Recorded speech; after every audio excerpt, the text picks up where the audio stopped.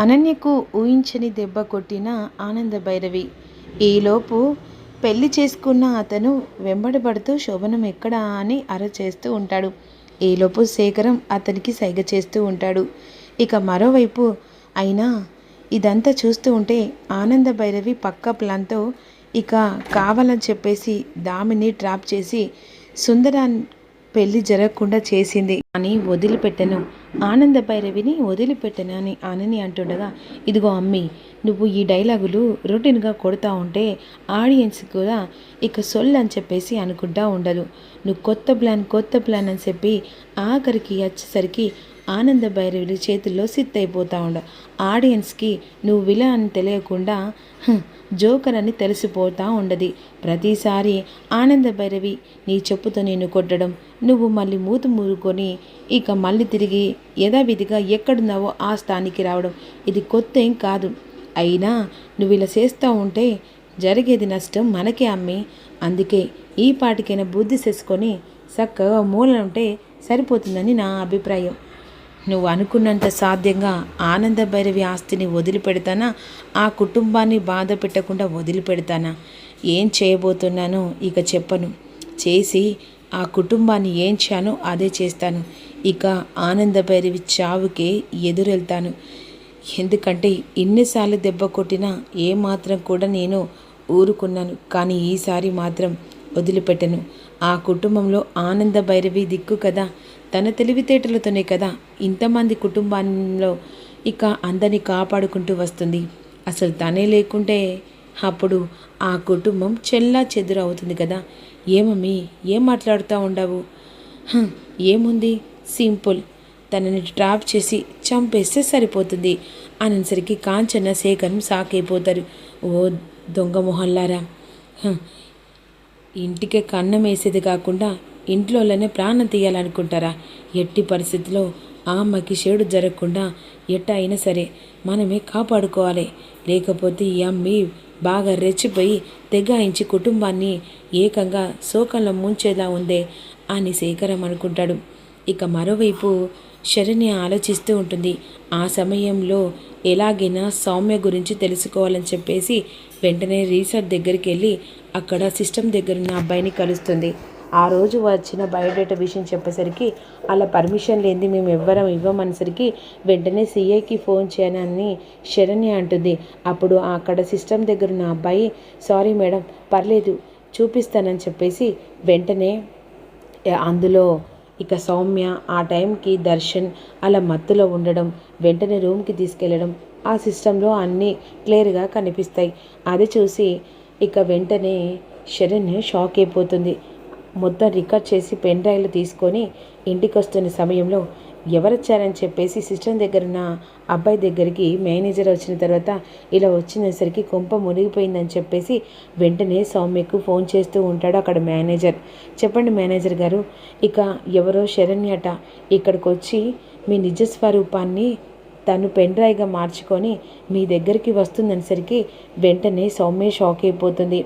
అమ్మో, ఈరోజు ఆ శరీరాన్ని వదిలిపెట్టదు. దానికి నిజం తెలిసిందంటే ఆ బయటికి ఇక తన ఇంట్లోకి రాకముందుకే నేను బయట అడుగు పెట్టాలి, కట్టబుట్ట సర్దుకొని అని విధంగా అనుకుంటూ ఉంటుంది. నిజం తెలిసిన తర్వాత ఇక్కడ నన్ను మెడ మీద కత్తి పెట్టి చంపేస్తుంది అని విధంగా భయపడుతూ ఉంటుంది. అలా వెంటనే ఇక తను వెళ్ళడానికి ప్రయత్నిస్తున్న సమయంలో ఈలోపు శరణ్య ఎంటర్ అవుతుంది. డోర్ తీసుకొని ఎదురుగా ఉండేసరికి ఇక వెంటనే నా భర్తను నీకు లొంగించుకొని కావాలని చేసి నా భర్తను నీ వైపు తిప్పుకోవాలని నాటకమాడి, తప్పంటే నా భర్త చేసింది నీ కడుపులో కారణ పిండ కూడా నా భర్త అని చెప్పేసి ఎన్ని నాటకాలు ఆడవే. నీ నాటకం వెనకాల నా చేతిలో ఏముంది చూసావా? ఈ పెన్ డ్రైవే నిజాన్ని చెప్పింది. ఎంతలా మమ్మల్ని ఇబ్బంది పెట్టావే, నేను వదిలిపెట్టనే అని చెప్పేసిన తర్వాత వెంటనే తన దగ్గర కొరడతో చావు దెబ్బలు కొడుతూ ఉంటుంది శరణ్య సౌమ్యను. ప్లీజ్ శరణ్య, వదిలిపెట్టండి, దండం పెడతాను, నేను చేసింది తప్పే, తప్పని కదే నువ్వు నా ఇంట్లో ఉండి ఇక నన్ను నా భర్తను విడగొట్టడానికి నువ్వు నీ కడుపును అడ్డం పెట్టుకొని నాటకం ఆడావు కదా. ఈ కడుపు కారణం నా భర్త కాదని ఆల్రెడీ నాకు తెలిసిపోయింది. ఈరోజు నీ ప్రాణాలు నా చేతిలో పోతాయే అని చెప్పేసి ఆ కొరడతో తనకి పాట్లు ముక్కలయ్యేలా కొడుతూ ఉంటుంది. దండం పెడతాను, ఎవరికి తెలియకుండా వెళ్ళిపోతాను. అలా ఎలా వెళ్ళిపోతావి? నీలాంటిది మళ్ళీ రాదని నమ్మకమే ఉంది. అందుకనే నేను పోలీసులకు పట్టించేదాకా నేను వదిలిపెట్టనే అని చెప్పేసి బెదిరిస్తూ ఉంటుంది. ఇక వెళ్తున్న శరణ్ ఎలాగైనా అక్కడి నుంచి సౌమ్య తప్పించుకోబోతుండగా వెంటనే డైనింగ్ టేబుల్ దగ్గర ఉన్న కత్తి పట్టుకొచ్చి మెడ మీద కత్తి పెడుతుంది. ఇక ఈరోజు నీ చావు నడింట్లోనే ఎంతమందిని ఎంత టార్చర్ చేశావే, ఆఖరికి నా భర్తను కూడా యూజ్ చేసుకొని నువ్వు నన్ను చాలా దెబ్బ కొట్టావే, నిన్ను వదిలిపెట్టనే అని మెడ మీద కత్తి పెట్టి బెదిరిస్తుండగా దండం పెడతాను శరణ్య, నన్ను వదిలిపెట్టు, ఇక ఇటు మొఖాను కూడా నేను రాను అని అన్న తర్వాత వెంటనే ఆగవే, అత్తారింటికి వెళ్ళడానికి కాసేపట్లో ఇక నీ అత్తారింటికి తీసుకెళ్ళడానికి వస్తున్నారు అని చెప్పేసి ఇక వెంటనే ఈలోపే పెండ్రై అక్కడికి పంపించి అదే సమయానికి పెండ్రై పోలీసులకు ఇచ్చి వెంటనే ఆనంద భైరవ్ ఇంటికి పోలీసులు వస్తారు.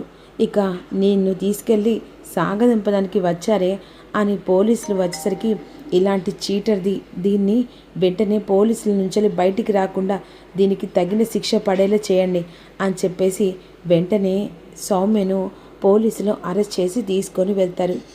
ఇక ఇది కావాలని ఇంతలా అందరినీ టార్గెట్ చేసి మోసం చేసిందే కాకుండా నా భర్తను దానికి యూజ్గా ఇక వాడుకుంది అనే విధంగా అన్న తర్వాత మరోవైపు అనన్యకు సౌమ్యను పోలీసు పట్టుకెళ్లారని తెలిసిపోతుంది.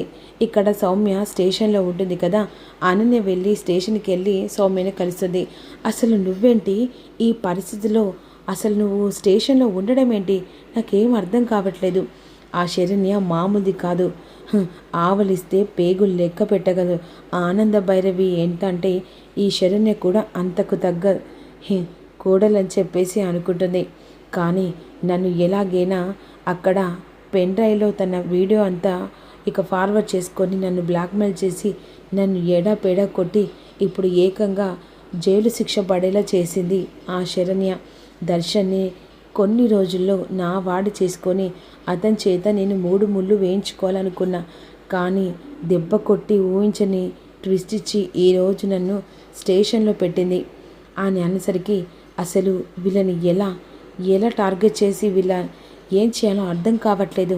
కానీ ఆ శరణ్యను వదిలిపెట్టను. దర్శన్ని నేను ఎంతలా ప్రేమించాను, ఇప్పుడు దర్శన్కి ఎంతలా దగ్గర కావాలనుకున్నాను. కానీ ఇప్పుడు ఈ శరణ్య వల్ల దర్శన్కి దూరం అయిపోయాను. ఇక నేను వదిలిపెట్టను, ఖచ్చితంగా ఇక ఏదో ఒకటి కావాలి అనే విధంగా సౌమ్య అనుకుంటూ ఉంటుంది. అమ్మి ఇట్టే నా కూతురు మాట్లాడి ఆఖరికి వచ్చే వరకు ఆనంద భైరవి ఈ చేతులు తీసి తన నేతిలో పెట్టింది. అయినా ఆ కుటుంబం జోలికి పోకుంటే మీకు నిద్ర పట్టదా ఏంది?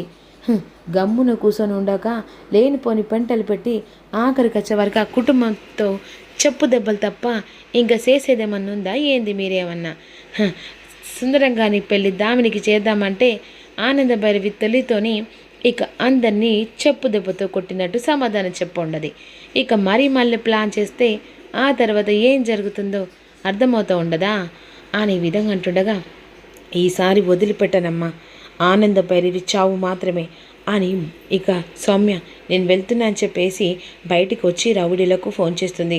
అరే నీకు ఫోటో పంపిస్తున్నా, దాని చావు నాకు మాత్రమే వినిపించాలి అని చెప్పేసి ఆనంద భైరవి ఫోటో పంపించిన తర్వాత నీకు పని కాగానే డబ్బులు పంపిస్తాను అని చెప్పేసి అంటుంది. ఈలోపు వెంటనే మరి ఆనంద భైరవి చంపడానికి ఇక అన్నీ ఏం చేయబోతుందో తెలుసుకుందాం.